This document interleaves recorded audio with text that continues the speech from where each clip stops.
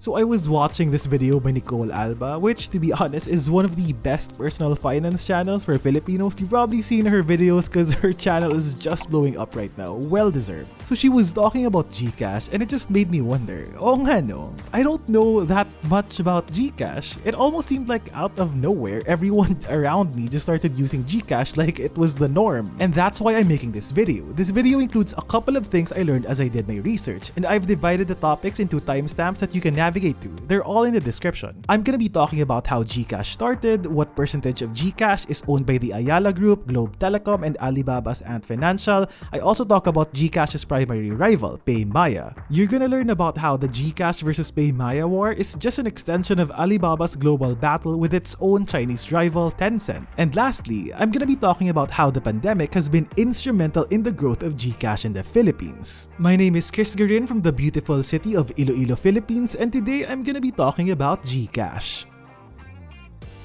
In 2004, it was reported that 80% of Filipinos remained unbanked, and the reasons cited were that they either lacked documentary requirements, they didn't have enough money to open a bank account, or they simply didn't see the need to open one. And clearly, this was a problem that was begging to be solved. Being one of the two major telecom giants in the Philippines, it seemed natural that Globe Telecom explored this space. And so Globe entered Fintech and launched GCash in 2004 under its subsidiary called Mynt, Globe's Fintech Innovations. There was nothing flashy about the 2004 version of GCash. It simply functioned as an SMS-based money transfer service. That's it. There wasn't really much we can do with our phones at that time anyway. Remember when we used to worship our Nokias? It was around that time. But when Apple launched the first iPhone in 2007, ushering in the age of the smartphone, this opened up new opportunities for what mobile devices can do. And so the following year, in 2008, GCash launched the remittance feature. It's not until 2017 when GCash started becoming the super app we're using today. This is because in 2017, the Ant Group invested in GCash. Now, what is the Ant Group? The Ant Group is a subsidiary of Chinese tech giant Alibaba, Jack Ma's e-commerce marketplace that transformed into one of the biggest companies in the world. As of January 2021, 40% of Mynt is owned by the Ant Group, 13% is owned by Bow Wave Capital Management, a New York City-based investment group, and 7% is owned by the Ayala Group. The remaining 40% is owned by Globe Telecom, which is still owned by Ayala.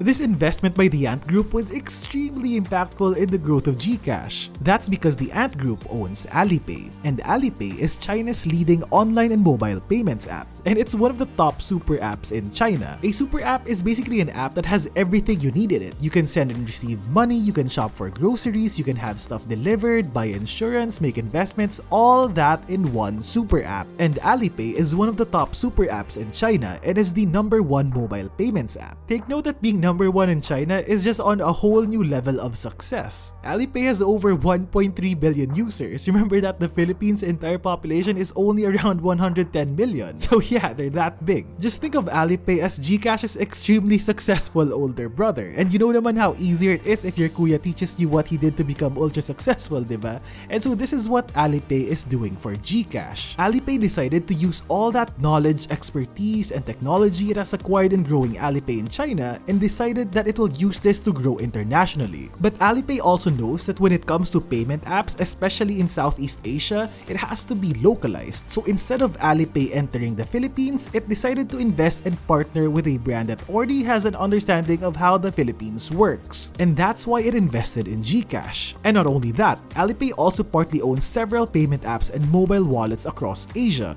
KakaoPay in South Korea, Paytm in India, and just several others. Basically, GCash has access to the best-in-class technology and Alipay's expertise in how to grow the mobile payments business. All GCash has to do is to localize this knowledge and make it adapt to the culture of Filipinos. So knowing all of this, you should no longer be surprised why GCash is #1 and why it's been beating its local rival Paymaya. In June 2021, GCash has reported that it has over 46 million users, and Paymaya, on the other hand, has reported that it had 38 million users in the same period. Valued at close to $1 billion, Mynt is on its way to reaching unicorn status, and I'm not sure if it already has. If you don't know what unicorns are, they're privately owned companies that have a valuation of north of $1 billion.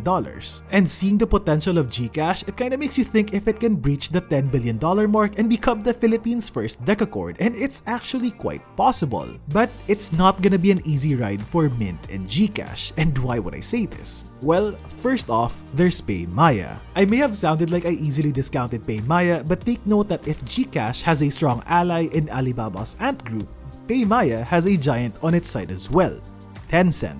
Tencent is the company that developed WeChat, the #1 super app in China with over 1.2 billion users. WeChat's success became Tencent's ultimate cash cow early on. Now fast forward to today, in the making of this video, Tencent has a stake in over 600 companies and is the most valuable publicly traded company in China. It is among the world's top technology companies by market value, and Alibaba comes in at a close second place. I mean, Tencent, it is valued at over $500 billion, and it's quite big in the gaming industry. Tencent owns Epic Games, the developers of Fortnite. They also own Supercell, which owns Clash of Clans. League of Legends, well, they also own Riot Games. And as for Call of Duty Mobile, yeah, Tencent owns that as well. Point is, here in the Philippines, we assume that, well, at least I did. I assumed that GCash versus Paymaya is an extension of Globe's battle with PLDT. But then you realize that there are forces behind GCash and Paymaya that go beyond Globe and PLDT. It's just Alibaba and Tencent all over again. It's the same war on a different battlefield. And the rivalry, it goes way back. We see Tencent is the leader in gaming and messaging, and Alibaba leads e-commerce. Both want to make a dent in the other company's home court. And since Alibaba leads e-commerce in China, Tencent invested in its closest competitor, JD.com. Alibaba's Alipay leads mobile online payments in China, and so naturally, Tencent used WeChat, the #1 super app in China, to introduce WeChat Pay. That's why this battle between GCash and Paymaya is just a proxy war between Alibaba versus Tencent. Oh, and a little fun fact. So, the founder of Alibaba, his name is Jack Ma. You know what the founder of Tencent's name is? His name is Pony Ma. Wala lang, sorry. Anyway, the Ant Group invested in Mynt in 2017. The following year, Tencent invested in Voyager, the Philippine fintech company that made and owns Paymaya. The ownership of Voyager is split between PLDT, Smart Communications, KKR, Tencent, and a couple of other investors. So even though GCash is absolutely crushing it right now, I don't think it's gonna be an easy ride for them. Paymaya just secured the 6th digital banking license in the Philippines and will be launching Maya Bank very soon. I was actually wondering why GCash was late to the party and getting its own digital bank license, and that's when I realized that Ayala owns BPI. So that's probably why GCash doesn't care that much about that license. In an interview with ABS-CBN News, Zobel shared that both BPI and GCash are indeed working together, but it may just not be obvious to many of us, and that we are gonna be seeing a closer collaboration between the two companies soon. And aside from Paymaya, there are a couple of others who are trying to push themselves into becoming the #1 super app in the Philippines. Like there's Shopee, one of the leading online marketplaces in the country, which has been aggressively promoting its own mobile wallet, Shopee Pay. And the same thing with Grab. Just like Shopee, Grab is a strong contender in creating Southeast Asia's super app. Grab has also been promoting GrabPay to its own users. Shameless plug here, but I've already made a video about Shopee and Grab, so you guys should check that out. The links are in the description. But you know what? Despite this, it still feels like it's GCash's race to lose, and I'm just basing this on personal experience, okay? But I've never heard any of my friends and family talk about Paymaya. I'm sorry, Paymaya, they're all using GCash. Like, if I'm out with friends and I pay for their beer, they're gonna be like, dude, do you have GCash? I'll just pay you through GCash. Like, I've never heard anyone ask me if they can send me money through Paymaya. Also, can I just say that for a company that's backed by a giant like Tencent, Paymaya has got to step up their marketing game, guys. I mean, I think they're doing fine. I just think that they should be going beyond what they're doing now. Paymaya needs to have like a rockstar agency like that. What's that? Gigil agency? I'm sure you guys have seen that crazy ad they made for RC Cola. Yeah, Paymaya needs those, guys. Anyway, I don't know lang. Personally, kasi I'm not an early adopter, so I'm not always the first one to try out new apps or new tech, but GCash, for some reason, they convinced me to try it out. So I guess they did something right. right. Now, don't get me wrong, I'm not completely hating on Paymaya, okay? Because I know that Paymaya's presence, it's good news for us Filipinos. Competition is good. It keeps everyone on their feet to improve further, GCash included. I mean, who knows? Maybe GCash is only this good because Paymaya is around. So in that case, I hope Paymaya stays. Moving on, if there's one thing that we can appreciate during the pandemic